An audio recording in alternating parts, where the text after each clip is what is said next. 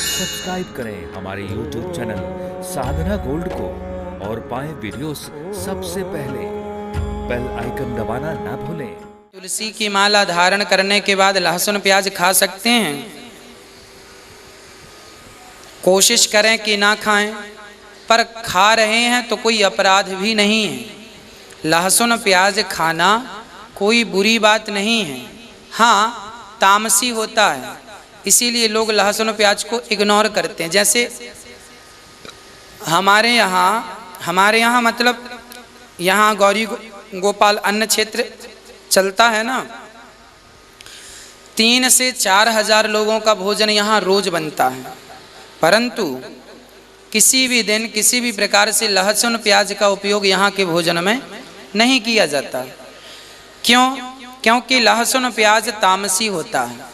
वैसे तो आयुर्वेद में लहसुन को अमृत की उपाधि दी गई है, प्याज को अमृत की उपाधि दी गई। आप लहसुन प्याज खा सकते हैं, पर दवाई के तौर पर, है ना, दवाई के तौर पर। जैसे मैं अपनी बात बताऊं, जब बहुत गर्मी पड़ती है ना, जैसे मार्च खत्म होता है और अप्रैल शुरू होता है, तो मार्च अप्रैल के बीच में ना बहुत गर्मी की शुरुआत होती है।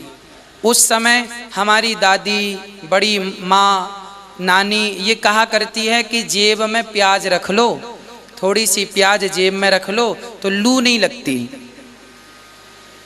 ऐसा बड़ी माँ कहती है, माताएं कहती हैं कि बेटा प्याज जेब में रख लो, लू नहीं लगेगी। मतलब प्याज की तासीर इतनी ठंडी होती है कि आप गर्मी में, जैसे मजदूर वर्ग है, मजदूर वर्ग को तो प्याज खाना ही चाहिए, क्योंकि उन्हें दिन में काम करना पड़ता है धूप में। तो जो व्यक्ति धूप में काम कर रहा है वो प्याज खाए, पर स्वाद के तौर पर ना खाए, इस भाव से खाए कि मैं दवाई के तौर पे खा रहा हूं, ताकि लू की दवाई है ये लू की दवाई है।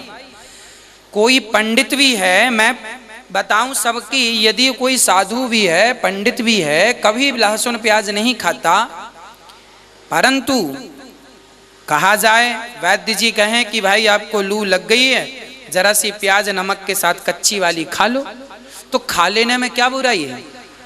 दवाई है वो।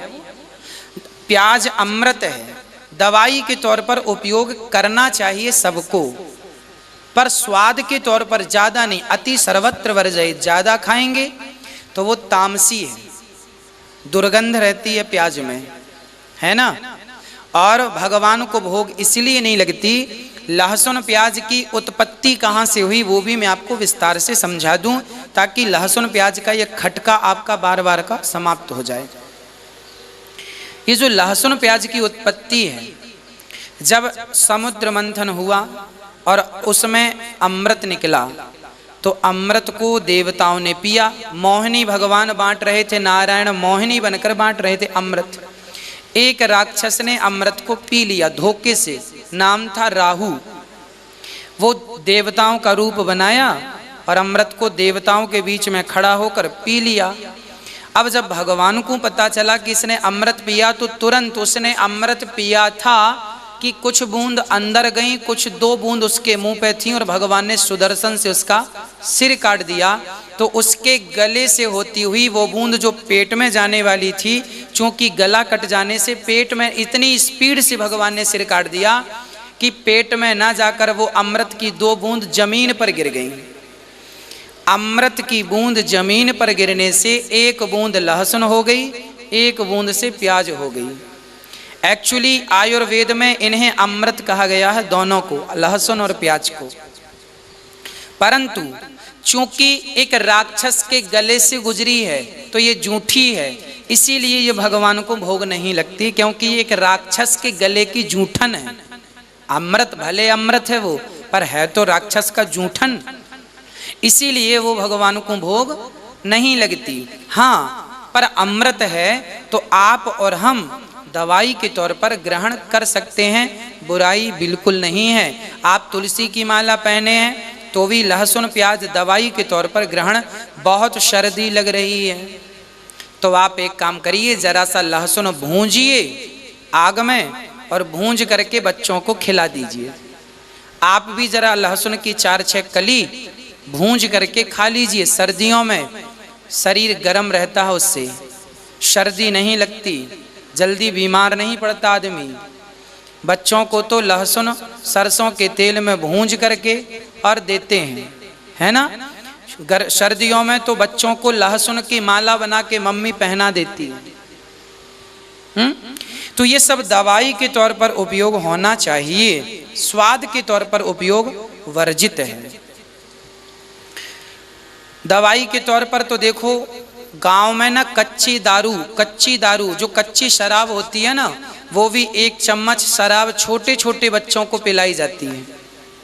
जो नवजात बच्चे हैं ना, महीने भर के, 4 महीने के, 8 महीने के, इन बच्चों को 1 चम्मच कच्ची दारू पिलाई जाती है, शराब। कच्ची दारू पिलाने से बच्चों को सर्दी जुकाम नहीं होता। गांव में पहले की परंपरा थी, बच्चों को कच्ची दारू पिला दी जाती, 1 चम्मच छोटे छोटे बच्चों को। क्या होता था उससे? सर्दी जुकाम नहीं होता था। ये सब चीज़ें दवाई हैं, पर लोगों ने इन्हें नशा बना लिया। एक उदाहरण के तौर पर आपको समझाता हूँ। पहले साइकिल पंचर होती थी, तो साइकिल जो पंचर जोड़ने के लिए एक सिलोचन आता था। सिलोचन जानते हैं? ट्यूब की गोल गोल टिकिया बनाते, उसमें सिलोचन लगा के फिर जहाँ पंचर होता था उसमें चिपका देते, तो पंचर जुड़ जाता था। उसे सिलोचन जिससे चिपकता था वो सिलोचन कहलाता था, है ना। अब वो सिलोचन क्या होता है? पंचर चिपकाने का होता है। पर कुछ लोग ना सिलोचन को नशा में लेने लग गए, सिलोचन का धुआं लेने लग गए। तो थी तो वो दवाई पंचर जोड़ने की, पर तुमने उसका गलत इस्तेमाल किया और वो तुम्हारा नशा हो गया। ऐसे शराब, लहसुन, प्याज, ये सब आयुर्वेद में सब थी, पर लोगों ने इसका अधिक इस्तेमाल करने से ये सब नशा हो गया और बाद में इनको वर्जित करना पड़ा। जो देसी शराब बनती है वो महुए की शराब बनती है। महुआ, गांव गांव में ना महुआ होता है। महुआ जानते हैं? आप कुछ और बोलते होंगे। महुआ होता है, सर्दियों गर्मियों के टाइम पे वो गिरता है और फिर उसके सुखा के उसके भाप से जो शराब बनती है वह कच्ची दारू कहलाती है, और वह बच्चों को पिलाने से सर्दी जुकाम दूर होता है, पर वो नशे के तौर पर वर्जित है। दवाई के तौर पर इस्तेमाल है, नशे के तौर पर नहीं है।